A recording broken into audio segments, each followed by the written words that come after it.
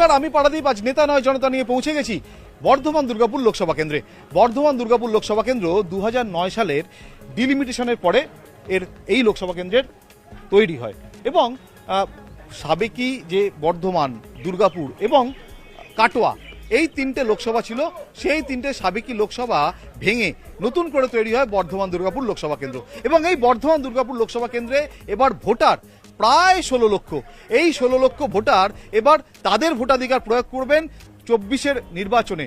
এবং লোকসভা নির্বাচনের আগে এখানকার মানুষজন তারা তাদের সমস্যা, তাদের ইচ্ছে অনিচ্ছে, তাদের সুযোগ সুবিধা সব নিয়ে কথা বলবে আজ নেতা নয় জনতায়। সামনে নির্বাচন, কি মাথায় রেখে ভোট দেবেন? ভোট দেব যাতে উন্নতি হয়, যাতে সরকার ভালো হয়। হ্যাঁ, প্রধানমন্ত্রী ভালো চাই, যারা দেশে উন্নতি করবে, আমাদের সবার উন্নতি করবে, এইরকম। আপনি বলছেন উন্নতি করবে, কিন্তু দেশের প্রধানমন্ত্রী তিনি তো ইতিমধ্যেই বলছেন, অলরেডি বলে ফেলেছেন আচ্ছে দিন। হ্যাঁ, মোদিকে আমার পছন্দ। উনি ভালো, এখন প্রধানমন্ত্রীর যোগ্য লোক কোথায়? এই জন্যই মোদিকে আমার স্পেশালি পার্সোনালি পছন্দ। সামনে আরো একটা নির্বাচন, লোকসভা নির্বাচন, বর্ধমান দুর্গাপুর বরাবরই ব্যতিক্রমী। বর্ধমান দুর্গাপুরের ভোটার আপনি, তো এবার কি ইস্যুতে ভোটটা দেবেন, কি কি মাথায় রেখে ভোট দেবেন? দেখুন, একটা পরিষ্কার মাথায় রাখা হচ্ছে যে এই যে লোকসভার নির্বাচন, এটা হচ্ছে যে আমাদের যেখানে আইন প্রণয়ন করা হয়, মানে আইনসভার ভোট। সেই আইনসভার ভোটে আমি যে সমাজের প্রতিনিধিত্ব করি, মানে যুব সমাজের প্রতিনিধিত্ব যারা বলি, তাদের অবস্থা এখন সব থেকে বেশি খারাপ। কাজ নেই, কারখানা একের পর এক বন্ধ হচ্ছে। এই যে আপনার পাশে দাঁড়িয়ে বলছিলেন, সত্যি তো কর্মসংস্থান আজকের দিনে একটা বার্নিং ইস্যু, চলন্ত একটা সমস্যা আমাদের কাছে। দেশে বলুন, রাজ্যে বলুন, চাকরি বাকরির যা হাল, মানে এটা কি ভাবায় কখনো? নিশ্চয়ই ভাবায়। আজকে যুব সমাজ দাঁড়িয়েছে, যারা কলেজ পাস করেছে, যারা স্কুল থেকে পাস করে বেরিয়ে এসছে। আমাদের এখানে কিছুদিন পরে হয়তো মাধ্যমিক, উচ্চ মাধ্যমিকের রেজাল্ট বেরোবে, এসসি, সিবিএসসি, আইসিএসসি বোর্ডের রেজাল্ট বেরোবে। এই যে ছেলেমেয়েরা কলেজে পড়াশোনা করে বেরিয়ে আসার পর একটা চিন্তা ভাবনা আছে কি আমরা আগে গিয়ে ইঞ্জিনিয়ার হব, ডক্টর হব, সায়েন্টিস্ট হব, বিভিন্ন রকম হবে। সে জায়গাটা তৈরি হচ্ছে না। আমরা যাকে ভোট দিব, আমরা যাকে ভোট দিয়ে নিয়ে আসছি, তারা সেই চিন্তা ভাবনা এখন করছে না। এখন তারা শুধু চিন্তা ভাবনা করছে ধর্মের মধ্যে রাজনীতি নিয়ে আসছে, রাজনীতি নিয়ে ধর্মটাকে মিশে দিচ্ছে, ধর্ম দিকে রাজনীতিকে নিয়ে আসছে। কেউ বলছে নাকি কালকে যে যুব সমাজ বেরিয়ে আসবে, যে 20 বছর, 22 বছর, 23 বছর পাস আউট করে যে ডিপ্লোমা হাতে নিয়ে বেরিয়ে আসবে, তার কি হবে? ভোটের মুখে রাম মন্দির, কি মনে হয় প্রভাব পড়বে? না, রাম মন্দিরের প্রভাব নাই। দেখুন, সব থেকে বড় সমস্যা হচ্ছে মানুষের রুটি। আজকে বেকারত্ব যেভাবে দিনের পর দিন বৃদ্ধি পেয়েছে, উনি তো বলেছিলেন বছরে 2 কোটি বেকারের চাকরি প্রতিশ্রুতি, আজ তো 10 বছর পেরিয়ে গেল, এখনো পর্যন্ত হিসাব অনুযায়ী তো 20 কোটি বেকারের চাকরি হওয়ার কথা। কোথায় হচ্ছে? একটার পর একটা নতুন রাষ্ট্র তো লাভজনক কারখানাগুলো দিনের পর দিন বন্ধ হয়ে যাচ্ছে। বেকার ছেলেমেয়েরা কাজ কোথায় পাবে? যে আজকে যে গ্যাসের দাম যেভাবে বাড়ছে, ভয়ঙ্কর আকার ধারণ করেছে। ভোটটা কাকে দেব, এই চিন্তাটা প্রথমে মাথায় আসে। রাজ্যকে দেব না আমাদের সেন্ট্রাল গভর্নমেন্টকে দেবো, কাকে দেবো? দুজনেরই তো অবস্থা একই রকম আমরা দেখছি। আজকে সাধারণ মানুষের কথা এটা চিন্তা করে না, ভাবেই না। খালি ভোটের সময় চারিদিকে ঘুরে বেড়াচ্ছে, আমাকে ভোট দাও, আমাকে ভোট দাও। আদতে কিছুই হচ্ছে না। এত প্রাইস হাইক হচ্ছে, মানে এটা কি কোনোভাবে ভোটে প্রভাব পড়বে? অবশ্যই পড়বে, কারণ সাধারণ মানুষ, আমার ব্যক্তিগতভাবে যেটা মনে হয়, প্রতিটা মানুষ হচ্ছে সংসার তো প্রত্যেকেই চালায়, তারা তো বুঝতে হয় সোর্স অফ ইনকাম বাড়েনি, আয় কারো ক্ষেত্রেই আয় বাড়েনি। যে বিষয়টা উনি বললেন যে ইনকাম বাড়েনি, রোজগার বাড়েনি, উপার্জন সেই একই পর্যায়ে রয়ে গেছে, কিন্তু দেশের জিডিপি সেটা তো বেড়েছে। তাহলে এই অবস্থা কেন? দেখুন, আমাদের বিশেষ করে যারা খেটে খাওয়া গরিব মানুষ, যারা দিন আনে দিন খায়, যারা কৃষক, শ্রমিক, যারা মেহনতি মানুষ, যারা অসংগঠিত শিল্প বিষয়ে কাজ করে, তাদের জিডিপি জিনিসটা কি খায় না মাথায় দেয়, তারা কিন্তু তাদের কাছে কোনো এটা মাইনে রাখে না। অ্যাকচুয়ালি জিডিপি কীভাবে বেড়েছে আপনারা বুঝতে পারছেন। আজকে ইলেকট্রাল বন্ড যেভাবে ভয়ঙ্কর আকার ধারণ করছে, যে দুর্নীতি একটা মাথাচাড়া দিয়ে উঠেছে, হ্যাঁ, এটা একটা ভয়ঙ্কর দুর্নীতি। এই দুর্নীতি যতক্ষণ পর্যন্ত শেষ না করা যাবে, সমূলে উৎপাটিত না করা যাবে, ততক্ষণে আমাদের দেশের জিডিপি কি বাড়লো কি কমলো তাতে কিছু মাইনে রাখবে না। এই উনি বলছিলেন যে দুর্নীতির কথা, নতুন প্রজন্মের যারা ভোটার, এটা ভাবায় কখনো? একটা জেনারেশন ধ্বংসের মুখে আছে। আপনারা তো পুরোনো দিন দেখেছেন, তো এখনকার দিনে যখন এগুলো দেখেন তখন ভোট দেওয়ার সময় এগুলো মাথায় কাজ করে? এখন ভোট দিতে গেলে ভাবতে হয় যে ভোটটা দেওয়া উচিত কিনা এদের।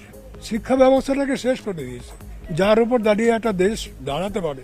কেন্দ্রে বলুন, রাজ্যে বলুন, কেন্দ্রে হলো গৌরীকরণ, আর এখানে তো সব শিক্ষাটাই চুরি হয়ে গেছে, দেখতেই পাচ্ছে, শুনতেই পাচ্ছে।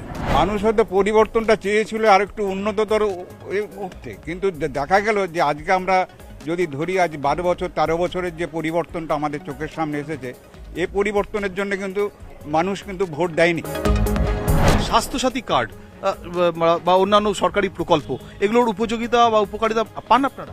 মানে আইওয়াস হয় না, কে মানে অ্যাডভার্টাইজমেন্ট দিয়ে দিলাম, গেট 1 বাই 2 গেট 1 ফ্রি, কিন্তু ওই বাই 1টা যেটা ফ্রি সেটাও যেমন দামটার মধ্যে ধরা থাকে, তেমনি স্বাস্থ্যসাথী কার্ডের ব্যাপারটা সবচেয়ে বড় জিনিস হয়ে গেছে।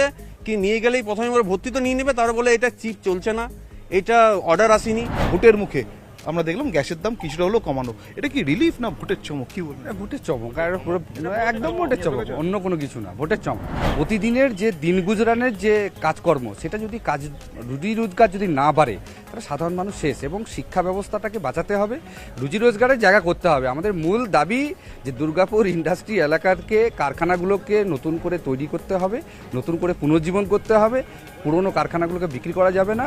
আমরা এটা বিগত দিনেও দেখেছি যে ভোটের আগে দাম কমিয়ে দেওয়া, তারপরে অ্যাবসার্ডভাবে দাম বাড়িয়ে দেওয়া, ভোটের যে খরচা সেটা ওঠানো। এই যে সিএএ হলো, কি মনে হয় ভোটে প্রভাব পড়বে? 100%। এখন তো ওরা বলছে যে সিএ লাগু করে দিয়েছে, এবার সিএ লাগু করে এবার আপনি তো দেখছেন তো, সিএ লাগু করে দেওয়ার পর মাতুয়াদের একটা অংশ বিক্ষুব্ধ প্রচন্ড। যেটা সিএতে বলা হচ্ছে, যারা বাংলাদেশ, যারা পাকিস্তান থেকে যারা সংখ্যালঘু, যারা আক্রান্ত হয়েছে সেই সমস্ত মানুষকে, হ্যাঁ, বিশেষ করে যারা হিন্দু তাদেরকে, মুসলিমরা অনেক আক্রান্ত হয়েছে অনেক জায়গায়, তাহলে তারা কেন এর আওতায় আসবে না? তারা নাগরিকত্ব কেন পাবে না? বর্ধমান দুর্গাপুরের মানুষ তারা কেমন সাংসদ চান? ভোট দেব স্বচ্ছ ভাবমূর্তি দেখে, অবশ্যই ভোট দেবো বিজেপিকে এবং দিলীপ ঘোষকে। সাংসদ যাতে আমাদের যে এখানে এই যে কেন্দ্রীয় সরকারের যে সংস্থাগুলো রয়েছে, যেরকম ধরুন এমএমসি, ডিওজিএল, এইগুলো যাতে খোলা যায়, সাধারণ লোক যাতে খুলে তারা যাতে অন্তত চাকরিটা করতে পারে, কিছু পয়সা রোজগার করতে পারে। যে সাংসদ হচ্ছে দুর্গাপুরের জ্বলন্ত সমস্যাগুলো নিয়ে সংসদ ভবনে কথা বলবে, আইনসভাতে আইন তৈরি করে দুর্গাপুর শিল্পাঞ্চলকে রক্ষা করার চেষ্টা করবেন, তাকেই হয়তো ভোট দেওয়ার কথা বলবো। পরিযায়ী পাখির মতো পরিযায়ী কাউকে চাই না, লোকাল স্থানীয় লোককে চাই, এবং যিনি সংসদে গিয়ে লড়াইটা করবেন দুর্গাপুরের জন্য। যে এখানকার আওয়াজটাকে সাংসদদের জোর করে তুলবে, কে এখানে এমএমসি কারখানা চাই, এখানে ডিএসপি আধুনিকরণ চাই, এলও স্টিলকে আধুনিকরণ চাই, এখানকার যুবক যুবতী যারা বেকার বসে আছে তাদের চাকরি চাই, আমাদের তার পক্ষে আমাদের ভোট হবে। আমার ভোট, আমার ব্যক্তিগত রায়, আমার ব্যক্তিগত ভোট স্বীকৃতি ঘোষার, ডক্টর স্বীকৃতি ঘোষারকে। যাকে নির্বাচন করব সে অন্তত আমার এই যে এরিয়ায় আমরা বাস করি বা যে এরিয়া থেকে নির্বাচিত হবে সেই এরিয়া সম্বন্ধে জানতে চাইবেন, সেখানকার অভাব অভিযোগ, সেই অভিযোগটা হচ্ছে দিল্লির দরবারে অন্তত উপস্থাপন করবে এবং সেখান থেকে আদায় করার চেষ্টা করবে। সেই ধরনের ব্যক্তিত্বকে আমরা চাই। শিল্প শহর দুর্গাপুর, তাই বর্ধমান দুর্গাপুর লোকসভা কেন্দ্রের মানুষ তারা কাজের মানুষ চান। যারা এখান থেকে যিনি সাংসদ নির্বাচিত হবেন তিনি দিল্লির দরবারে গিয়ে বর্ধমান দুর্গাপুরের সমস্যার কথা বলবেন, বর্ধমান দুর্গাপুরের ভোটারদের জন্য, মানুষের জন্য সেখান থেকে তাদের দাবি দাওয়া ছিনিয়ে আনবেন, এমন সাংসদ চান। এবার বর্ধমান দুর্গাপুরে ত্রিমুখী লড়াই, একদিকে তৃণমূল কংগ্রেসের কীর্তি আজাদ, অন্যদিকে বিজেপির দিলীপ ঘোষ, আরেকদিকে বাম প্রার্থী বা জোট প্রার্থী সুকৃতি ঘোষাল। ত্রিমুখী লড়াইতে বর্ধমান দুর্গাপুর কোন দিকে রায় দেয় সে তো সময়ের অপেক্ষা, কিন্তু এইদিকে সময় যে শেষ, তাই নেতা নয় জনতা নিয়ে পারাদীপ আজ এখান থেকে বিদায় নিচ্ছে। দেখা হবে অন্য কোনো কেন্দ্রে অন্য কোনো দিন।